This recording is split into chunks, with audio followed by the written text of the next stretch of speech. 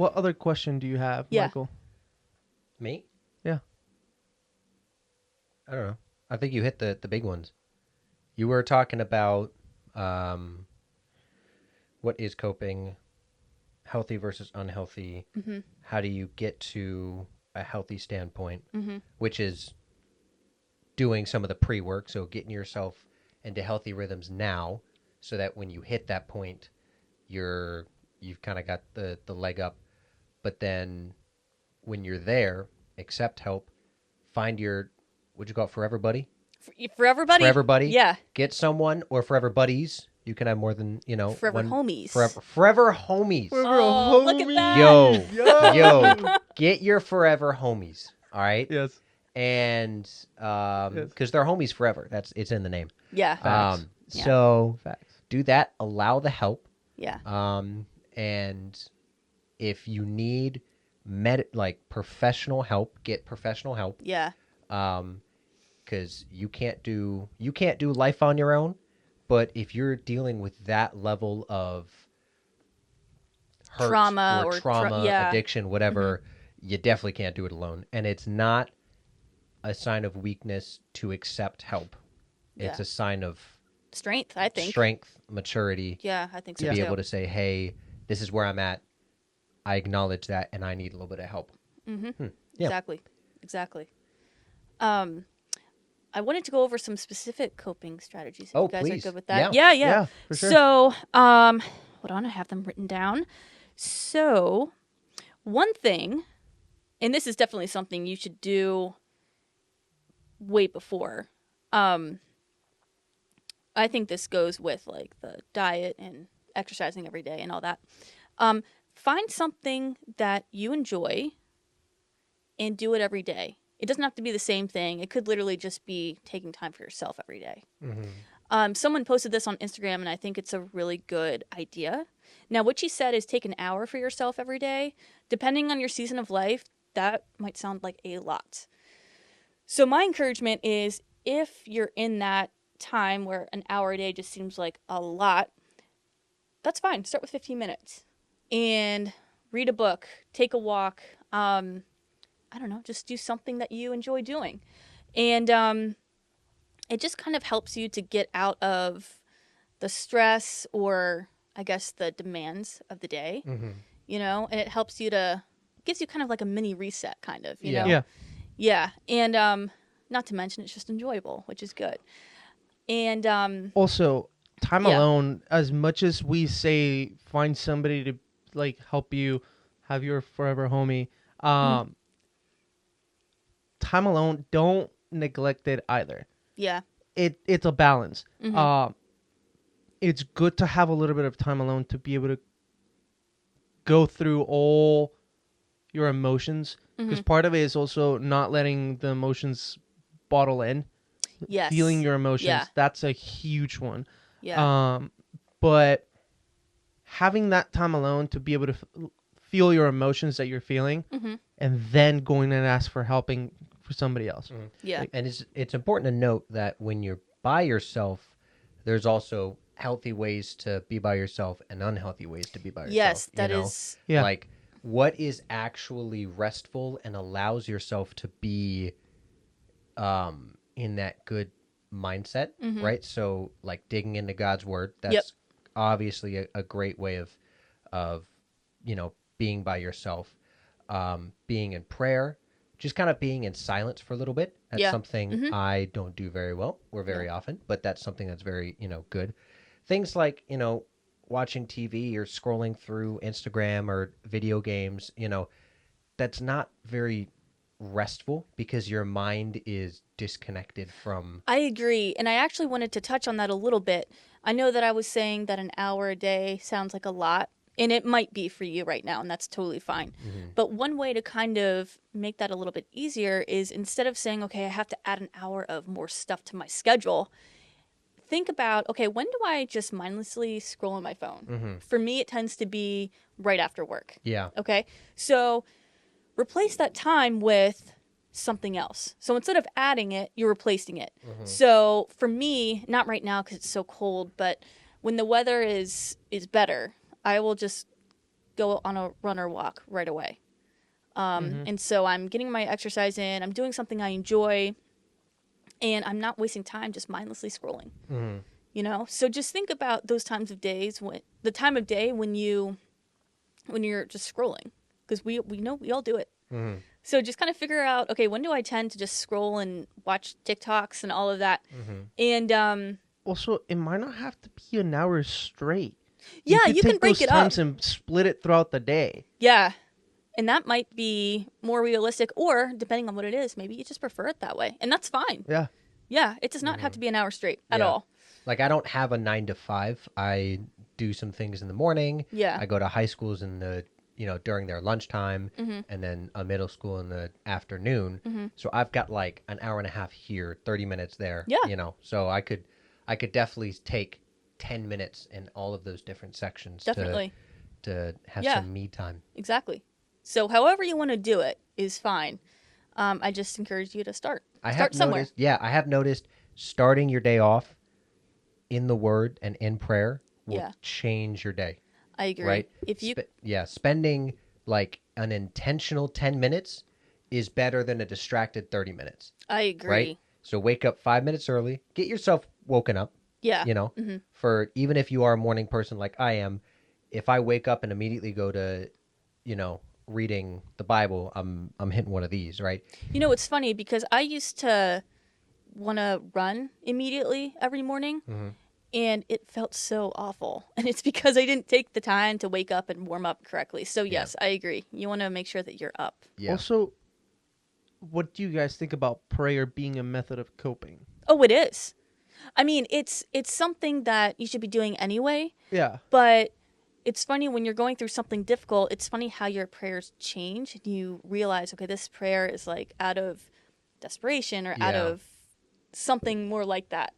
And so, I mean, if you're kind of praying constantly, you might not necessarily pray more when you're coping, but the prayers change for sure. Yeah. And if you look in the Bible, like when somebody is grieving, there's prayer, there's the reading of God's word, and then there's fasting. Yeah. And fasting is something that I feel, at least I definitely don't do nearly enough, or that's not even something that comes to my mind. Same. And there's so many different ways to fast that, if you, obviously you've got to take your own health into consideration. Right. I wouldn't go straight into a 40-day fast. That would probably kill me. But, like maybe you just, you don't eat after 4:00.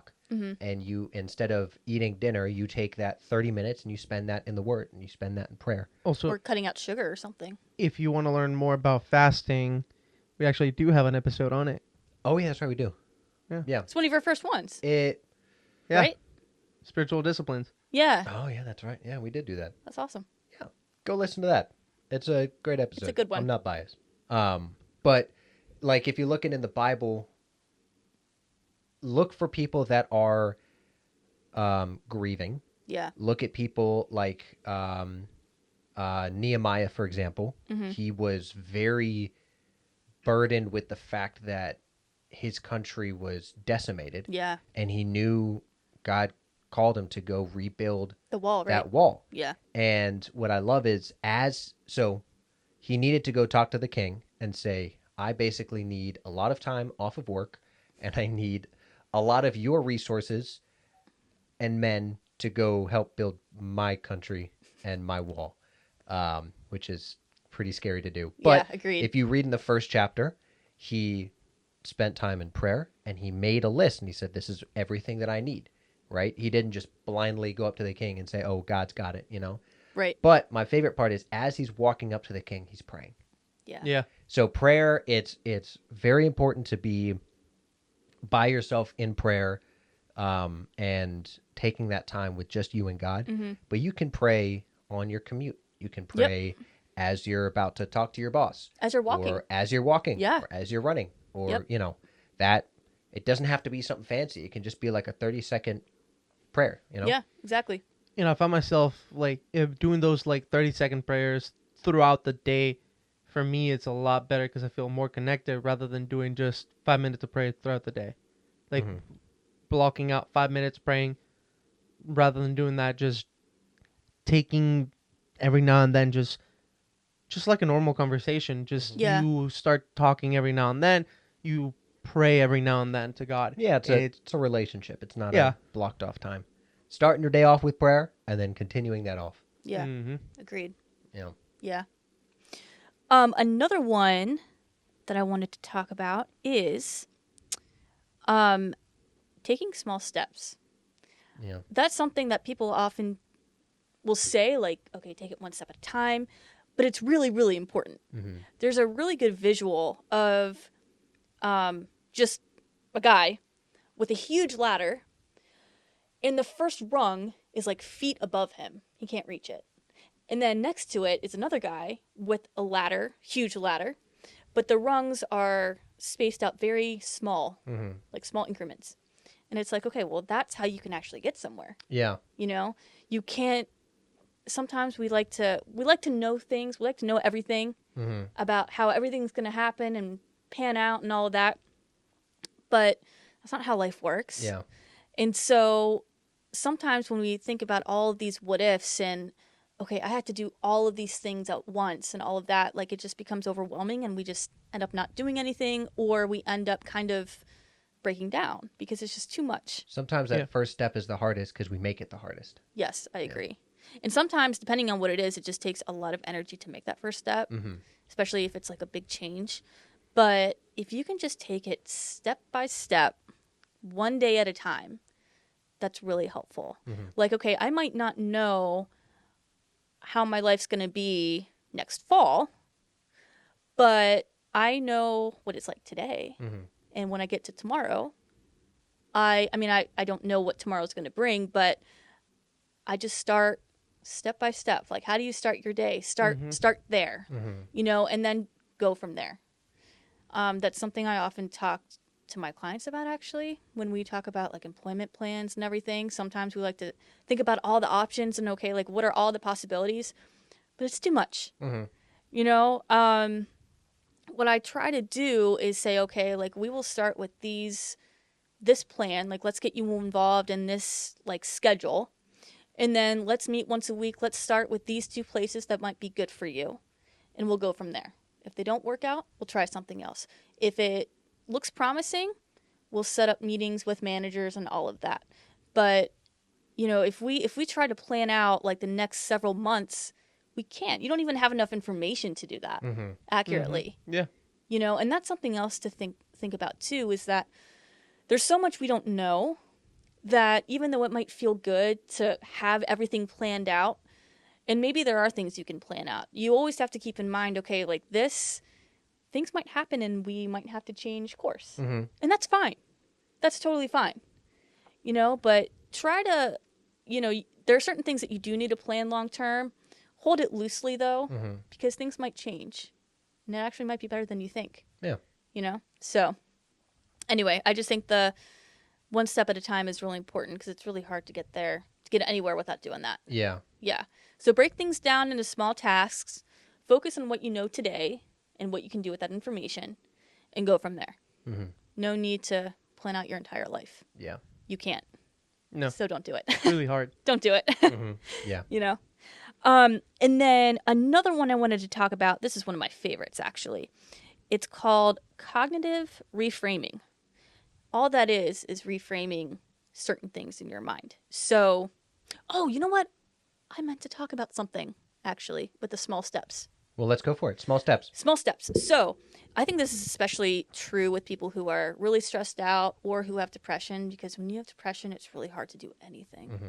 Yeah. Because nothing is rewarding to you, nothing is satisfying, nothing feels worth doing. Yeah. Like, you don't have the energy. You to have no do stuff. energy. You have, like, you're not well, so it just doesn't, Mm-hmm. there's nothing in you to do anything. Mm-mm. So let's say you're in the kitchen, you just ate dinner, and you have all of these dishes that are stacked up. Mm-hmm. No one is going to look at that and be excited, right? But if you have depression, it's even harder. Story you're- of my life. I know, because you're battling everything. You're battling everything in your mind, and that's Yeah. a really hard thing. So I actually got this tip from Instagram. I don't remember who posted it, but it has stuck in my mind ever since. So if you cannot or if you think you can't do the whole sink of dishes, that's fine. Do one. Your goal is to do one, and then you can go do whatever you want. Okay? So the good thing about that is that you end up doing something. So you have a feeling of satisfaction. You were able to do some of it. And then more often than not, when you break stuff down like that, you do one dish and you're like, oh, okay, that wasn't so hard. It wasn't fun, but it certainly wasn't hard and didn't take long. More often than not, you're going to be like, okay, I can do one more. And you'll just keep going. Not every time, but I would say more often than not, you end up doing more than you think you can do. And then before you know it, it's maybe halfway done, or it is done. You know, and even if you only do one plate, it's okay because you did something. Yeah. Yeah, and that's just a good note to leave on. That's something my dad has taught me is like for cleaning my room is like, dude, just pick one clothing item at a time. Don't feel like you have to do it all together, but like if you pick one a day, if you pick one every time you go inside your room, it's gonna end up be clean. Yeah. But it's Before just, you know it, yeah. It's a lot harder to like take the whole time to clean it everything. Yeah. To clean it completely, to just be taking one step at a time and just picking one clothing item at a time. Yeah. It's a lot easier to do than just doing it completely. Agreed. Yeah. Yeah, and some things, even if you're not stressed out, some things are bigger projects and it's just a good idea to break it down, I think anyway. Yeah. But another tip is to start with an area that you will see the biggest difference. So let's say like the table, like let's say the table's got stuff all over it. That's kind of, you know, it's a defined space. And so if you pick up a wide item, it's going to leave a lot of space. And you're like, oh, look at that. Like, I can see the difference. So try to start with areas like that because it gives you even more motivation than picking something up that you don't really notice. Yeah. You know, it's kind of a little reward. Yeah. So. Or like if you've got your room, you can say, you know what? As I walk in, I want to be able to get from here to my bed. There you go. Right. And yes, you can shove things out of the way, but you could just pick things up, put them where they need to go, and then you can get to your bed. Or you can move your bed. That is the problem when you do more work to make more work for yourself. I know. So move the entire bed closer, and now you've got a big empty space that you can make more messy. There you go. Or like, Yes. what I do is, you start with the trash. Yeah. Right? Or when you put laundry away, okay, the socks go in the sock drawer. You don't have to hang up the socks. Yeah. You just put that away. That's all the socks. And then you go from there. Yep. Little steps. Little steps. I like it. Yep. So now going back to cognitive reframing, this is one of my favorites because it can totally change your perspective on everything, and it changes the way you think in a good way. So I've seen a lot of people lately post things like this. Like you might look at, again, all the dishes in the sink and you're like, you could look at it as, oh, this is so much work. It's going to take forever. I don't like doing this. I could be doing something else. You can also say, okay, well, the only reason I have dirty dishes is because we had enough food to feed everybody today. That's a good point. Like flip it around. And it's not lying. It's true. It's not like you're looking at the bright side of things. Yeah. Same with laundry. A lot of people complain about endless laundry and I get it, but you have enough clothes to wear. That's nice. You have a way to clean them. Yeah. That's nice. Yeah. You wake up every day and you have clean clothes. Something like pregnancy seems daunting, but I'm growing a baby. That's pretty cool. Yeah. That's an honor. It is. It's a huge honor. It is. So it totally makes sense to feel overwhelmed and scared and tired. But I remind myself, no, I'm growing a baby. That's pretty good. I'd say that's a pretty good reason to feel tired. That's like the best excuse ever. It's like the best. Yes, it is. Yeah. So just reframing things like that can really help you get through things and also can help you just have some gratitude. If you look online for coping mechanisms, practicing gratitude is something that I've been seeing more and more often, and I think it's so true. It's really hard to get through life well without feeling any kind of gratitude. An attitude of gratitude. An attitude of Dad, gratitude. who always used to say that? Was that you? Oh, all right. Words of wisdom from Dr. Reverend Pastor Colin. Attitude of What gratitude. your coping mechanisms were, your cognitive reframing for doing stuff in the kitchen. For doing stuff in the kitchen? Besides paying a younger sister to do it. That's my coping mechanism is I have $1. Younger siblings, go do it. Or just I don't make dishes. I just don't eat in the kitchen. You just make the mess somewhere else. Exactly. There you go. And, well, like if you go like if I go and eat downstairs, then it's very easy for me to say, okay, I have a bowl, I have a cup, and I have a fork. I bring those 3 things to the dishwasher, or rinse them out, go to the dishwasher, boom, it's done. There you go. That's when I have leftover pizza. I don't grab a plate. I just grab it from the box and eat Exactly. it in the air. And that's There you another go. thing. That's another thing we can add is you can make life easier for yourself, right? For example, if you have endless laundry, maybe don't wear. How do I explain it? Like, don't wear so many clothes. Like if you don't necessarily have to change all the time. Like you don't have to have a brand new outfit for every. You wear something in the morning and then maybe you change to go out and then you Oh, I change see when what you you come mean. back in. Like Yeah. if you can say like you can wear jeans more than once without washing them, they're jeans, right? You can wear a sweatshirt. So like if you can make your life easier, Or like me, just steal your brother's shirt. exactly, and then he can do the laundry. Then he for can do you. it. Yeah, he can wash it. Boom. Yeah. Yeah. Facts. Facts. Yeah. Good strategies. Yeah. Put things onto your younger brothers. Yeah, exactly. Youngest, not younger. Yeah, it's got to be the youngest brother Youngest brother. for Yeah. it to be effective for Allow. you. Yes. Yeah, exactly. Yes. No, hold on. That's unfortunate for you, but that's just the way the cookie crumbles. Thanks for watching, guys. Oh yeah, yeah. So an attitude of gratitude. Yep. Yeah. And also just the idea that, like, we are owed nothing. Yeah.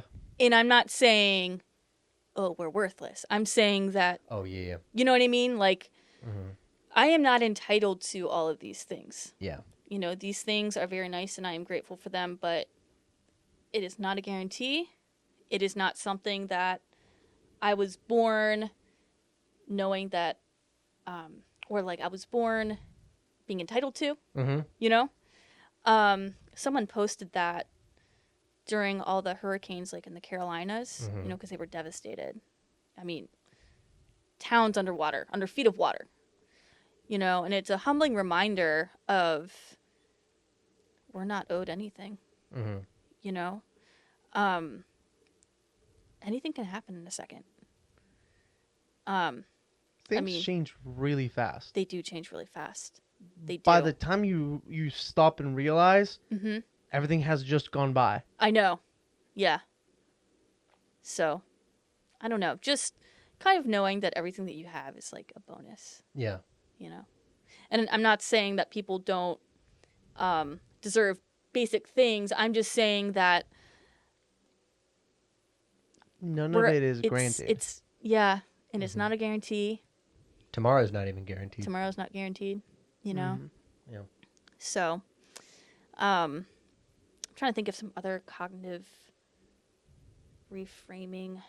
I did, as you're thinking of that, Yeah. I did I watched a video and it was talking about how to help others when they're coping. Yeah. And it always said, don't find the silver lining for them.